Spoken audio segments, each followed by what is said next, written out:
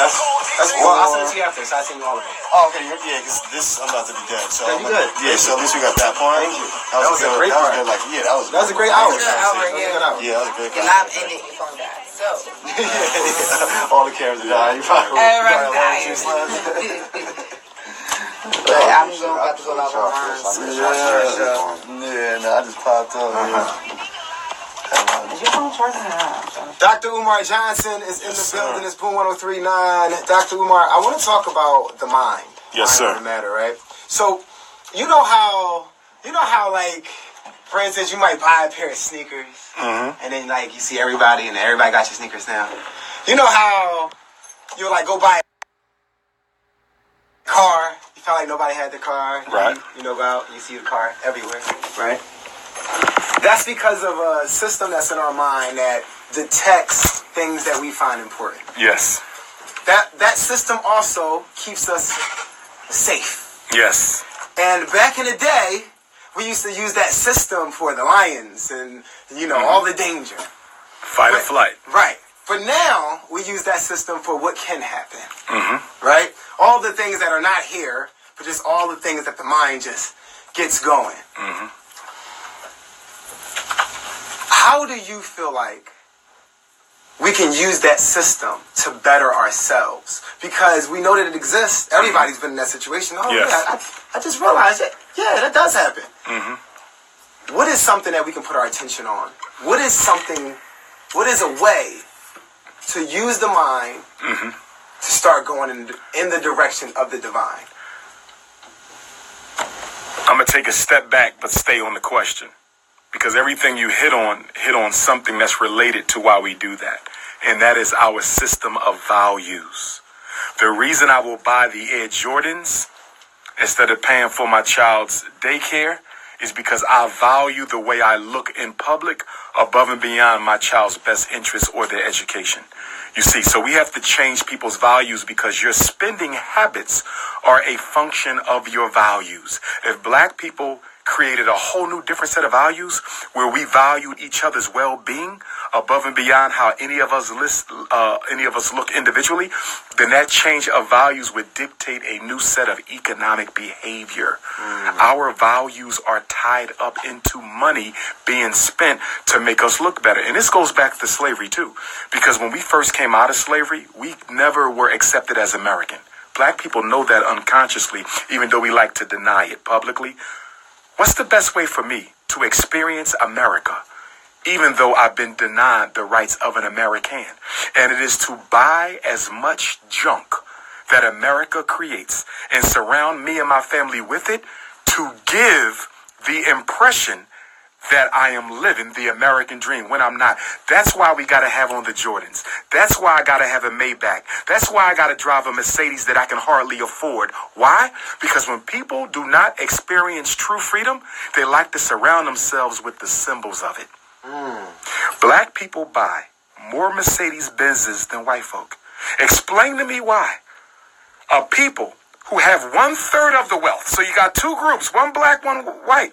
The black group has 1/3 or less of the wealth of the white group, but they're buying twice as many Mercedes as the white group. How when you have less capital and less wealth? Because having that Mercedes makes me feel better. It makes me look better. It fills me with pride. That's why a young black man will kill another brother over a pair of Jordans. It ain't because of the Jordans. It's the way the Jordans make me feel. And it's the way the Jordans will make other people look at me. I get respect by adding value to myself vicariously with these expensive items. And that's because we are not who we think we are. And we are not who, like for instance, I am not who I think I am. And I am not who you think I am. I am who I think you think I am. Right? So back to the question. How can we use that system in our head that will look for different things, right? To look for opportunities. I don't know if we do that on the individual level. I think we do that on a systemic community level. I think so much of the change that must come, although it has an individual component, I think it needs to be done on a group level. In other words, a whole generation of black children need to be taught how to think differently. A whole generation of black children need to be taught how to work interdependently and collectively. A whole generation of black children need to be taught how to value material things less and value living people more. I don't think we get there individually. We can start there, but things have to be done systematically. That's where we're losing, because we don't do anything systematically. Sir might make the change. Dr. Umar might make the change. But how do we get this change to manifest on a community-wide level? That's where we're losing. I feel like the way we get the change worldwide, globally, is through us. It starts with us. It does, but it starts with us creating a system whereby we can socialize the next generation of black children to think a certain way. What is the number one function of a school? It's not to teach. The number one function of the school is to socialize. It's to teach the children how to think and act in unison for the best interests of the American social order. You follow? So I'm not disagreeing with you. I'm simply saying that we have to use the individual power to create a collective system. Otherwise, we get nowhere. You have to change a generation. It only takes one generation. All the problems we've had for 400 years, you can change them in 20 years. If we made up our minds that the babies that are being born in Philadelphia right now will be raised a certain way, fed a certain way, taught to worship a certain way, to spend a certain way, we give them a whole new set of values, in 20 years, you would have a new black Philadelphia. It only takes a generation. The problem is we don't raise the new babies any different because than of the way we think. Because of the way we think. Okay, so here's my thing. So forget racism. Forget everything. Just Which forget, you can't really forget it, but go ahead. Okay. Forget all of the external things. Because right now, we realize that the problem is the way that we think. Okay? And people don't know that there's different ways of thinking. People don't understand that thoughts attract thoughts like it. Right? So what is the first step to taking control of your thinking? Okay. As I said earlier, with a child, we want to be careful of what goes into the mind. With the adult, it's no differently. We think because we're older, I can subject myself to that negative music and it not affect me. I can watch those negative films and it not affect me. I can sit around and hear negative conversation and it not affect me. Anything planted in the mind must and will bring forth. So the first thing we have to do is tap into the maturity and consciousness of knowing that even as adults, we have to guard our mind. So that means I have to stop watching this. I got to stop looking at this. I got to stop listening to this. Guard your mind. Now, why? Because it will manifest. Oh, it will manifest. Okay. So, if it will manifest, we also have to be careful of the words we choose when expressing ourselves. Oh, we do. Do you think your message, when you talk about the groups or the ideas that you don't agree with, change the way that... Do you think that the things you say out of your mouth manifest the world that you're in? Because I feel like we are all on the same planet, but we're not in the same world. And to me, what I realized is that we have to stop allowing the external world to dictate how we feel internally. Okay. So for me, the first thing that I did was take over inside, saying, hey, no matter what I see, no matter what I hear, like no matter what, I cannot let it in. I have to analyze. I have to make sure I'm letting positive things in. And I agree with that, but we can't negate the village, because as human beings, we are essentially a group-oriented people. And because we are essentially a group-oriented people, although we must do work on the individual self, we must keep a balance between self and other, particularly African people, because we are a we people. So yes, you must do that individual internal work, but then you also have to be a part of the village too. So we have to make sure we maintain that balance between self, I, and the village we. So that's not a disagreement. It's just an add-on. We got to make sure that that balance is there. What is the most dangerous thing in the world to you? Ignorance. Because I believe from ignorance comes every other evil. Now, ignorance can be fear. It can be a lack of knowledge. A lack of knowledge. Evil. The thing that I say. Greed is ignorance. Right. Because you got to know that you don't need anything else to be happy. Yes. And the problem with us, we've been struggling so long that it takes us to get rich to realize being rich is not what I needed, and it's not going to solve my problems. For me, the most dangerous thing, and I think this is just a piggyback to you, is not knowing when you don't know. It is the wisest of persons to know that they don't know. Right. So and it is me, also the wisest of persons to know that you don't want to know everything. You follow what I'm saying? I don't want to know how good it feels to get high on crack. I don't want to know that. You follow what I'm saying? I don't want to know how good it is to smoke weed all day long. I'm not going, because I recognize there's consequences that's going to come of me learning that, which could include me being addicted. You know what I mean? I don't want to know what it feels like to get knocked out in a 12-round fight. I don't want to know what it feels like to get shot. So then part of knowledge is knowing that some things are best left unknown. You understand? I don't want to know what the demonologist church, right, what they study and how they worship. That's knowledge I don't want. Got it. You see, part of knowledge is knowing you don't need to know everything. That's why God is the only all-knowing being. Got it. For me, this is a piggyback on you. I believe that the most dangerous thing is not knowing when you don't know. And the way that I test this out when I'm out and about is I say, is the world round or flat? And the moment that you give me an answer, I say, it's dangerous that you don't know when you don't know. And I think that the most important thing to remember is that the most important thing is the most important thing. Meaning that for me, I had to understand that there is a difference between what I know from experience and what I know from what I've been taught.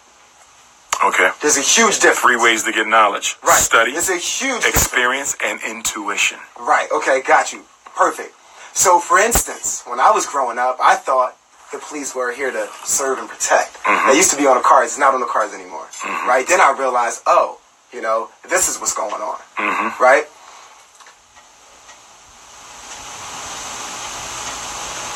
To know when you don't know, for me, is the perfect way to start taking control of your thinking. Does that make sense? Yes. Yeah. Okay. So I'm about to wrap this up real quick. I got a couple questions from the viewers. Sure. Okay. First, what is the biggest demise of our youth right now? It's greed, conspicuous consumption, materialism. And I would add with that, we live in a culture where getting attention is the most important thing for our youth, and it's dangerous. You know, the Facebook lives, the selfies, it's all about being seen 24 hours a day, 7 days a week. When I was growing up, video games were the great distractor. I never thought that anything would be invented that could challenge the video game for the amount of time that we wasted playing it. Right? I intentionally stayed away from video games because I didn't want to become an addict, so I never got into video games. I said nothing will ever replace video games, but social network has. And so as a certified school psychologist, I'm bothered, obviously, because I work at a job where black boys are being referred every day for reading disabilities that they don't have because they're not practicing. It appears that they do have these reading problems and that they do need special ed, when the truth of the matter is those 10 hours he's spending on social network a day, those at least 3 of those could have been spent reinforcing his academics, but they're not. Social network is the biggest time waster in American history. Being distracted from what?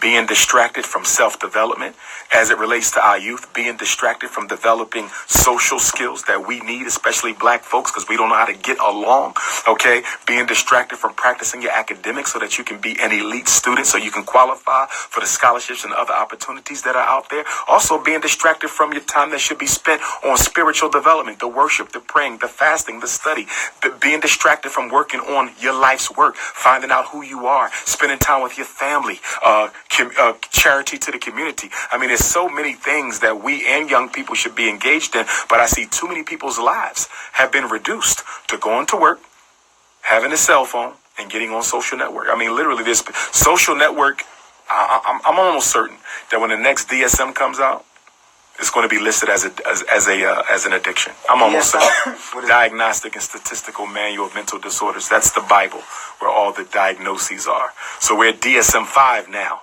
which has been out for maybe 2 years. They put them out once every 10 years or so. So basically, the distraction is being distracted from being aligned. Without question. Okay. And as black people, we can't afford to waste like that much time on a distraction. What is attention?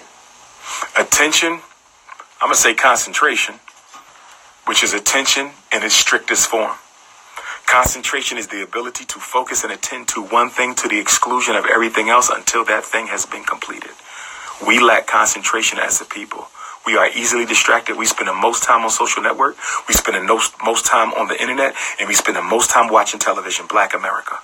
We are not focused. When we come back, we got more. I got a question that is hilarious about Hot Girl Summer. What does Dr. Umar think about Hot Girl Summer? That is the next question. It's boom. What? Now, you do know what Hot Girl Summer is, right?